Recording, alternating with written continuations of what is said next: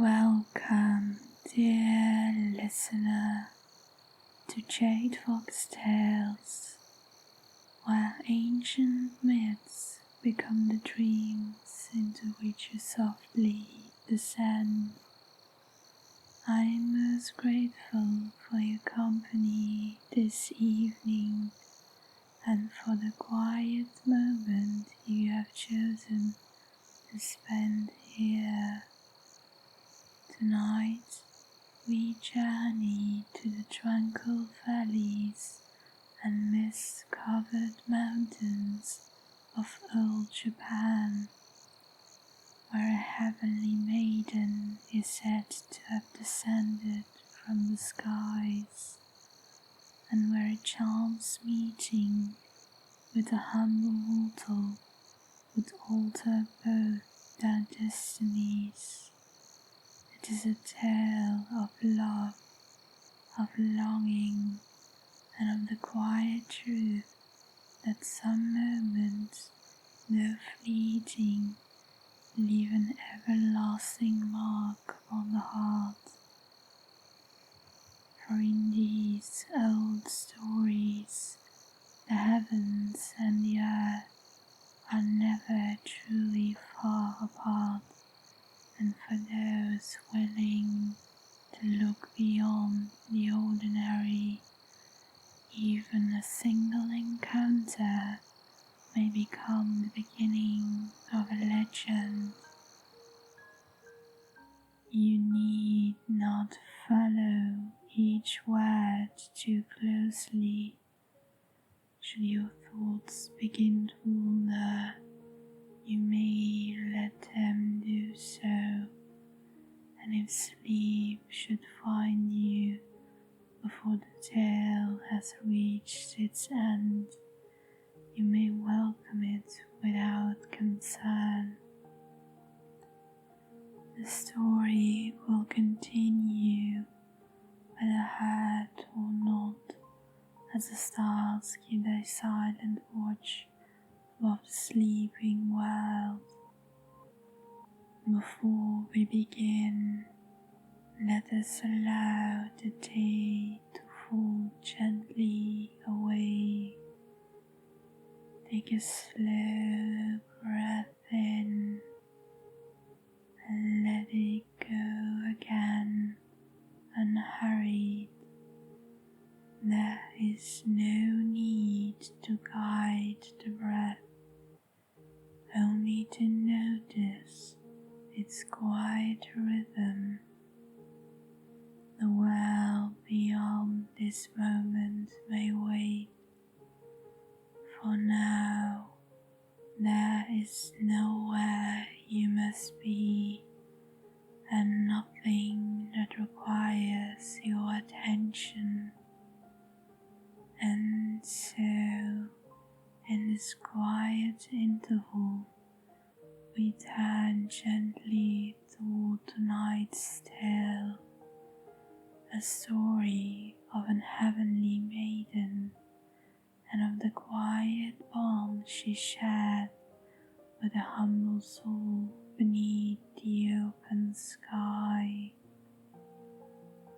And now, dear listener, let the body rest, let the mind grow still, and allow yourself to drift as the story begins.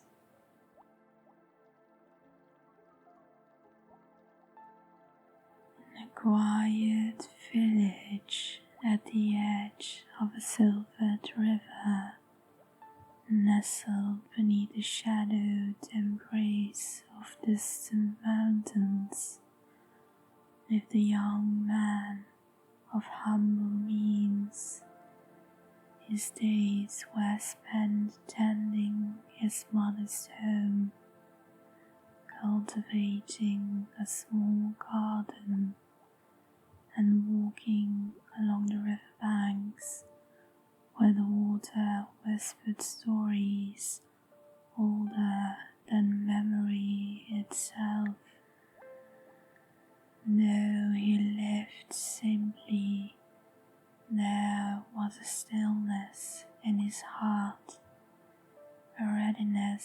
see the world with gentle eyes, untroubled by ambition or haste. The nights especially were his favorite. He would wander beneath the moon, listening to the distant murmur of crickets, the rustle of leaves, and the faint sigh of the wind through the reeds. One evening, as the moon rose full and luminous, casting its pale light upon the silvered river, a sudden radiance appeared far above.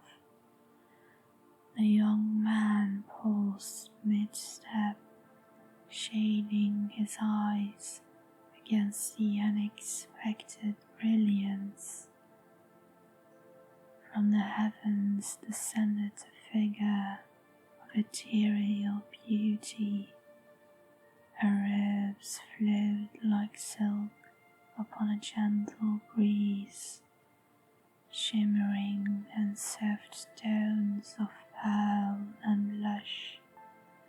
Her hair, dark as the night itself, fell around her shoulders in delicate waves, and her eyes carried a light that seemed not of this world.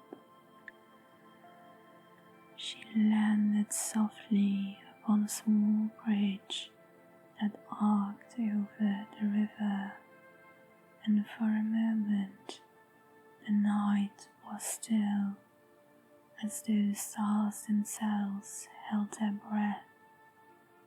The young man, though struck with awe, did not flee.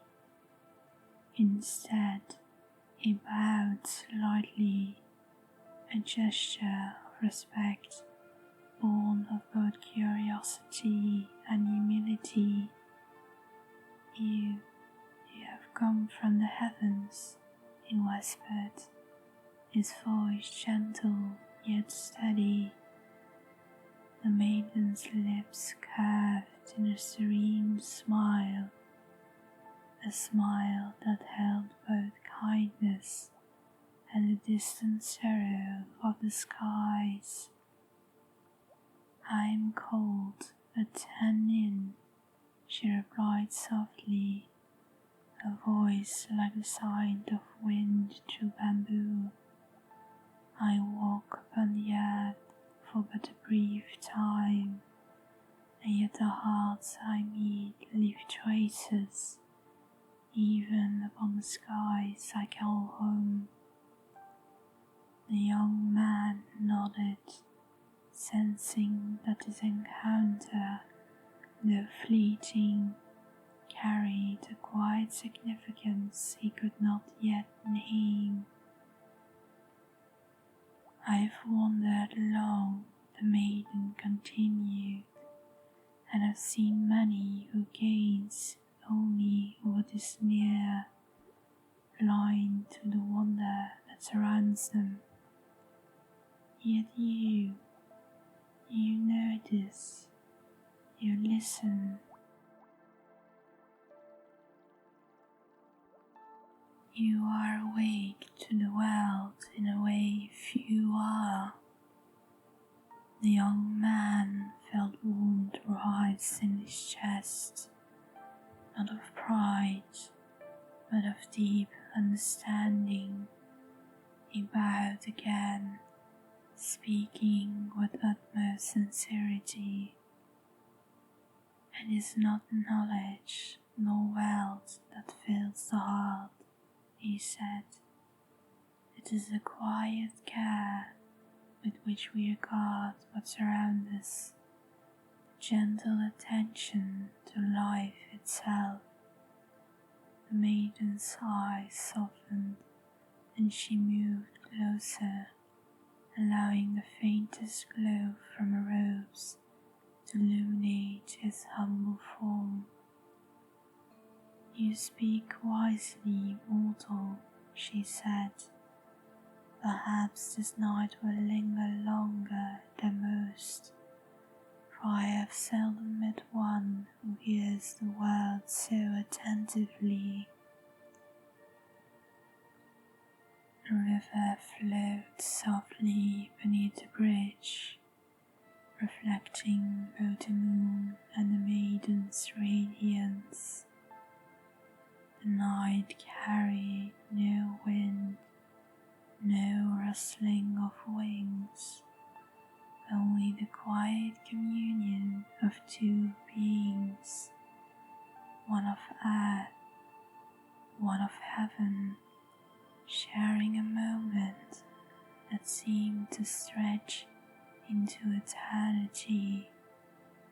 Neither spoke again for a time. Words were necessary. The young man's heart, steady and calm, understood that some meetings are not for explanation, but for quiet recognition. The maiden's presence was a song without sound, a light without heat, yet it filled the space around him with gentle wonder. And though she came from a world far above, there was a humility in her manner, a recognition that even in her grace, she was touched by the mortal realm she had chosen to walk upon.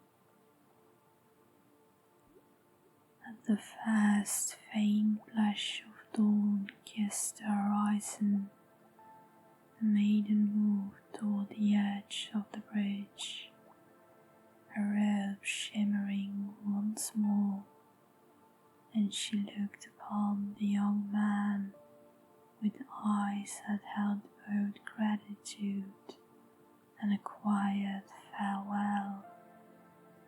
"Remember this night," she said softly, "for even a brief encounter may leave lasting marks, and even fleeting light may illuminate the heart for a lifetime." With that, she rose into the early morning sky, a graceful arc of soft brilliance fading as the sun's first rays began to warm the earth. The young man remained, his gaze lifted to the heavens, and a gentle peace settled upon him. Though the maiden had departed, her presence lingered, an echo of wonder, a trace of quiet magic, and a lesson that remained within him for all the days to come.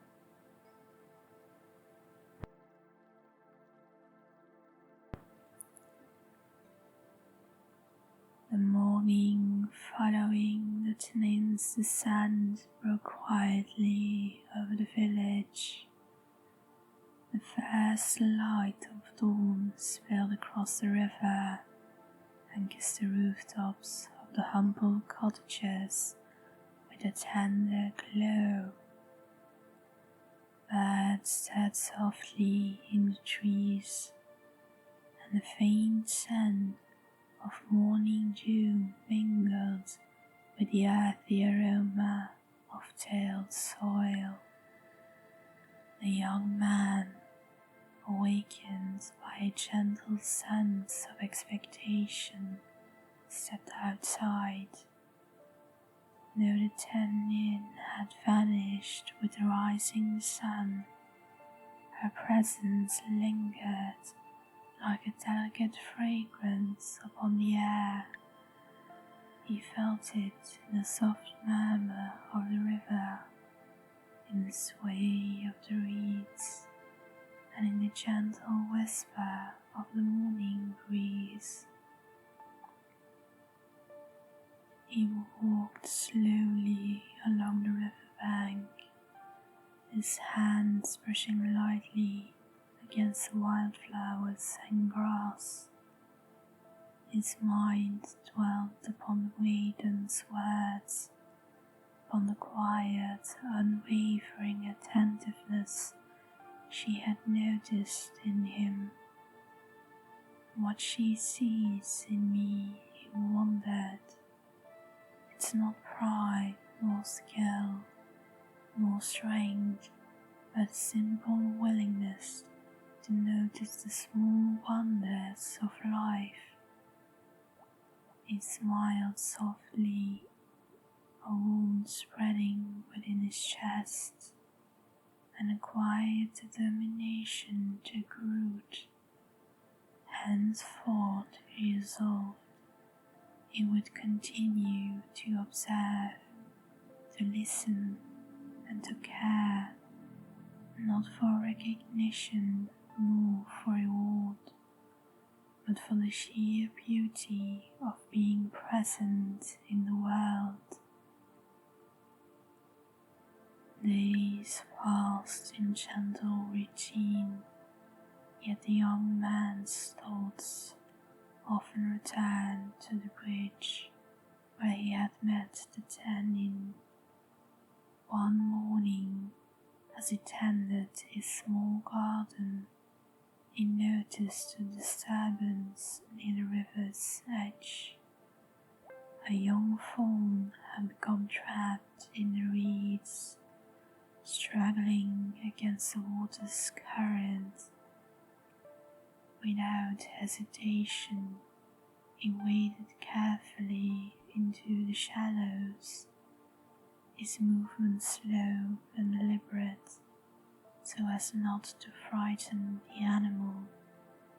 With gentle hands and a soft voice, he guided the fawn free, carrying it to the safety of the riverbank. The creature, once safe, turned its dark, trusting eye upon him before bounding off into the forest. The young man watched it go, feeling a quiet satisfaction, a reminder that the smallest acts of care often carry the greatest weight. As the days turned into weeks, the young man found himself tested in small, unexpected ways. His crops were slow to grow, and the soil sometimes resisted his efforts despite careful tending. At first, he felt a pang of frustration, yet he remembered the tannin's gentle gaze and the lesson it bore. Attentiveness, patience, and the quiet perseverance were a virtue that no trial could diminish. He worked steadily, observing the earth, listening to the river, and noticing the changes that each day brought. And slowly, imperceptibly, the soil yielded, the plants grew taller, and the first flowers of summer blossomed, delicate and fragrant beneath the sun-warm light. One evening, as the young man rested upon the bridge, the sky turned a deep violet, and the first stars twinkled faintly in the heavens. As he gazed upward, remembering the tannin's soft luminous presence, though she felt her guidance in the quiet strength that had settled into his heart. He understood that her visit was not merely a fleeting marvel, but a call to mindfulness, a gentle reminder to notice the world's beauty and to act with care in every small undertaking. And as he watched the stars appear one by one, he whispered a word of gratitude into the night.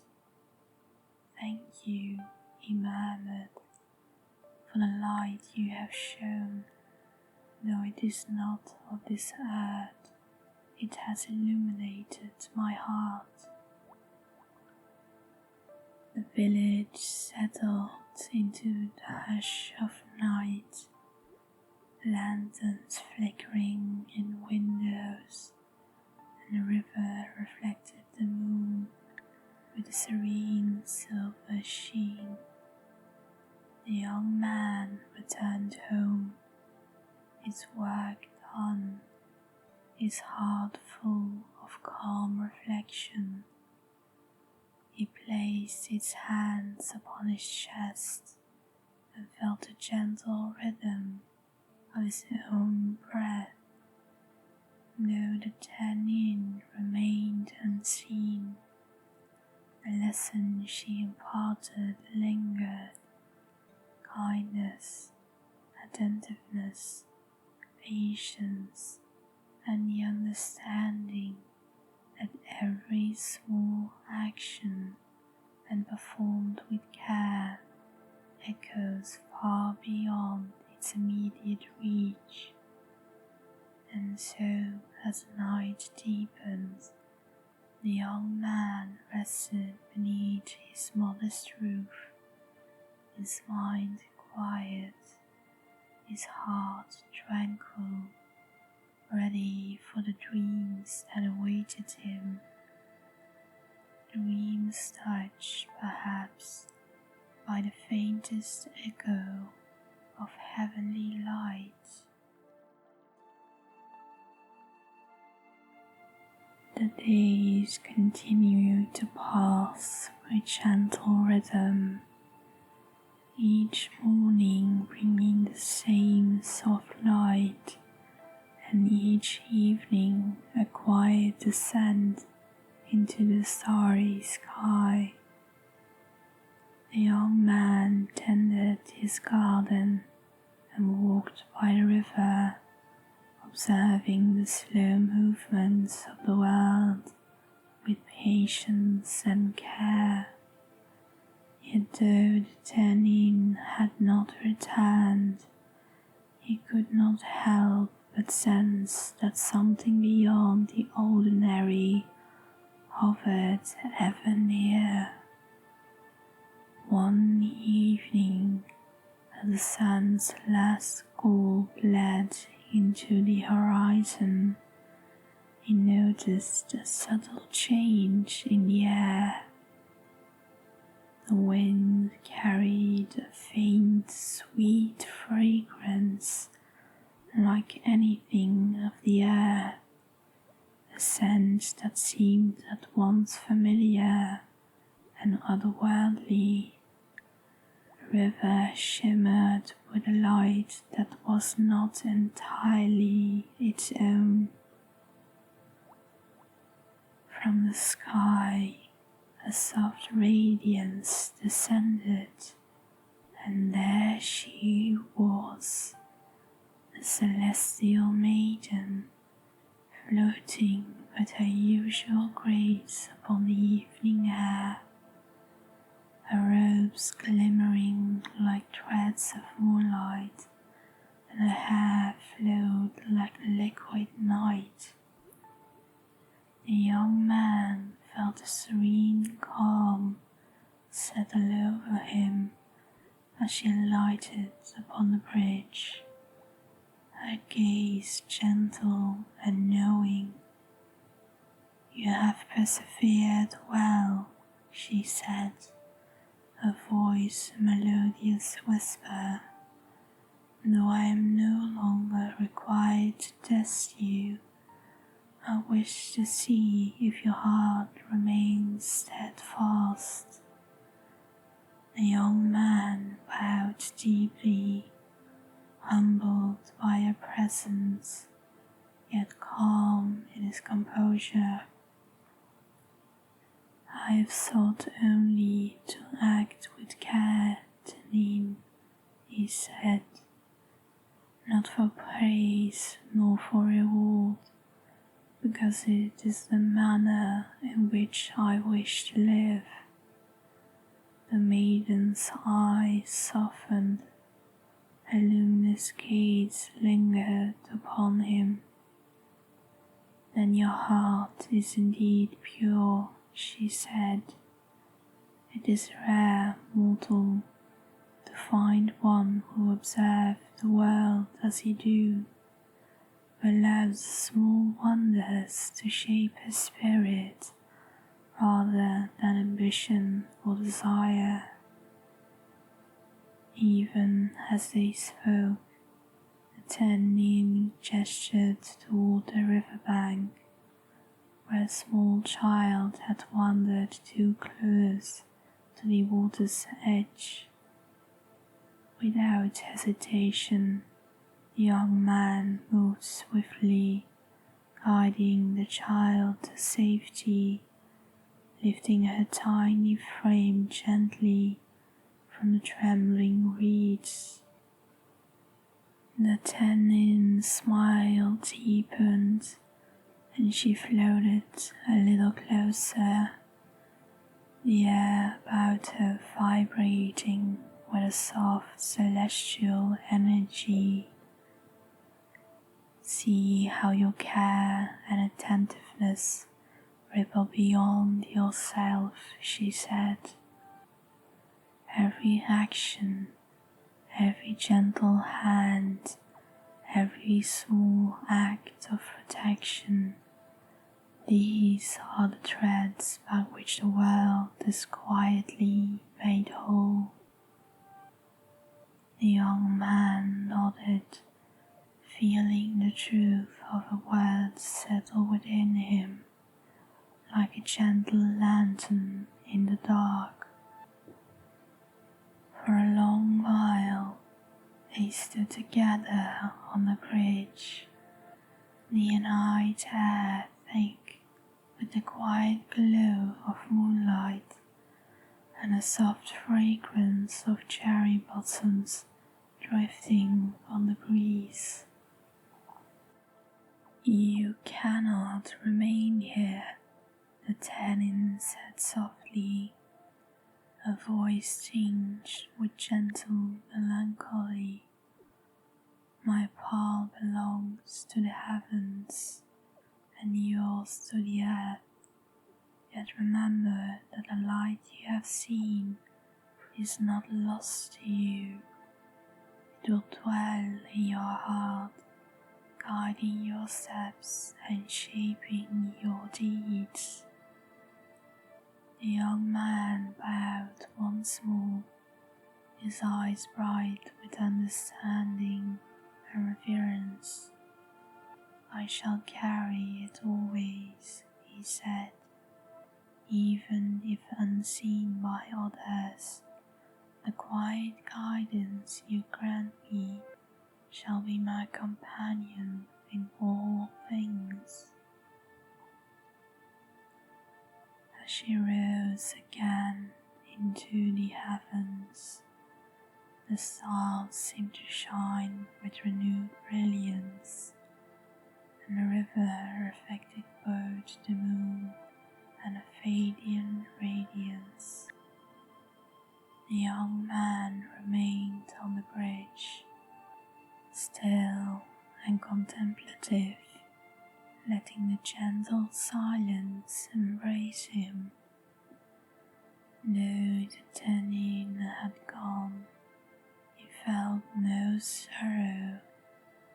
Her presence had left a subtle mark upon the world, a quiet reminder of beauty, of patience, and of attentiveness. He understood now that even brief encounters could shape a lifetime, and that the lessons of the heavens were often delivered not with grandeur, but with calm and measured care. And so he returned home, each step deliberate and unhurried, his heart carrying both the memory and the gentle wisdom she had shared, ready to meet each new day with serenity and thoughtfulness. The seasons turned as they so often do, with quiet certainty. Summer softened into autumn, and autumn in time yielded to the pale stillness of winter.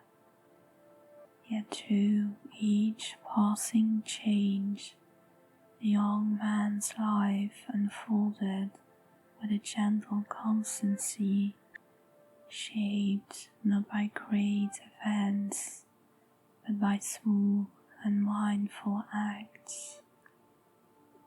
The memory of the tannin did not fade, nor did it linger as something distant or sorrowful. Instead, it became a quiet presence within him, like the soft glow of a lantern carried through the night, unseen by others, yet illuminating every step. In the village, little by little, a subtle change was noticed. The young man, though always kind, now seemed to carry a deeper calm, a quiet attentiveness that touched those around him. He spoke gently, listened fully, and moved through his day with a patience that seemed to ease even the most troubled hearts. When neighbors quarreled, his words brought peace. When burdens weighed heavily upon others, his presence alone seemed to lighten them. And though he never spoke of the heavenly maiden, nor of the night upon the bridge, it was often said among the villagers that there was something rare within him, a stillness not often found in the hurried world. Years passed, and the young man would often return to the small bridge where he had first beheld the tannins descend. There, beneath the open sky, he would stand quietly, watching the river flow as it always had, listening to its gentle murmur. Sometimes he would close his eyes and recall the faint glow of her presence, the softness of her voice, and the wisdom she had offered without demand or expectation. Though she did not return again in full, he never felt alone, for he had come to understand that the heavens were not so distant as they appeared, and that their light might dwell quietly within even the most humble of lives. One evening, as twilight settled upon the land, the sky shimmered with hues of violet and silver. The young man, now older, his hair touched with the first signs of age, stood upon the bridge once more. The air was still, the river calm, and the first stars began to awaken in the heavens. In that moment, he felt again the faintest whisper of that celestial presence, not as a form, nor as a vision, but as a gentle awareness, a soft echo of something eternal and kind. He placed a hand upon his heart and bowed his head slightly, not in longing, but in gratitude, for he understood now what Tanin had wished to show him, that beauty need not be held to be cherished, and that even the briefest meeting may shape the soul in ways that endured beyond time itself. The years continued their quiet course, as all things must. The young man lived simply, kindly, and with unwavering attention to the world around him. He tended his garden, walked the river's edge, and greeted each day with the same calm spirit he had carried since the night beneath the moon. And though his life was without grand tale or great renown, it was filled with something far more enduring, a peace that could not be taken, a kindness that asked nothing in return, and a quiet wisdom that touched all who crossed his path. In time, others would speak of him, not as one who had known the heavens, but as one who had brought a little of the light into the world. They would remember his gentle words, his patient ways, and the calm that seemed to follow wherever he walked. And though none could say from whence such quality came, they would carry his example forward, passing it quietly from one heart to another. And so, dear listener, as this tale draws softly to its close, let it rest upon your thoughts like the hush of evening upon a quiet river, for not all wonders are meant to be grasped, nor all beauty to be held.